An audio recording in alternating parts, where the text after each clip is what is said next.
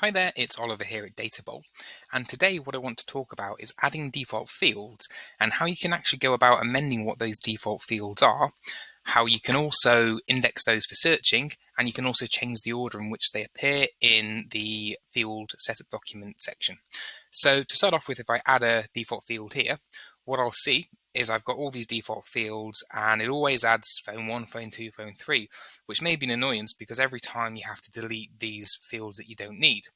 So, but if you know, say, I always need IP address for a campaign or I always need a source field, what I can do is go to the field section. I can go to IP and I can go to edit and then I can make it a default field.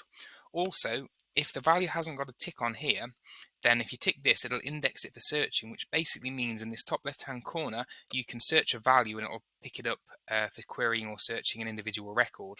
Also, this box here gives an option to give an example value, which will appear on the setup document as well.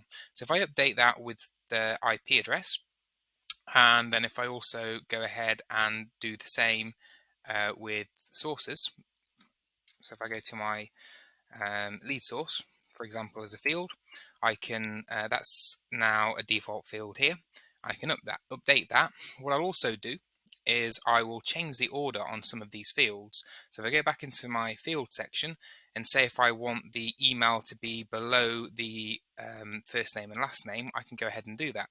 So now if I go into a campaign and if I add my default fields into the Databowl campaign here, what should happen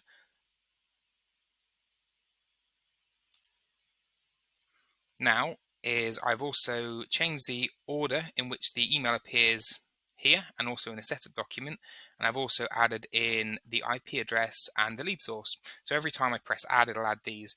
Also, again, if I wanted to, all I'd do is untick those options under the field section if I wanted to remove a specific field here. So again, phone 3, if I wanted to remove this, all I would do is tick this option here and go to update. And again, it's just a useful tip if you want to make life a little bit easier every time, and also just tidy things up a bit for your use case. So hopefully that was useful.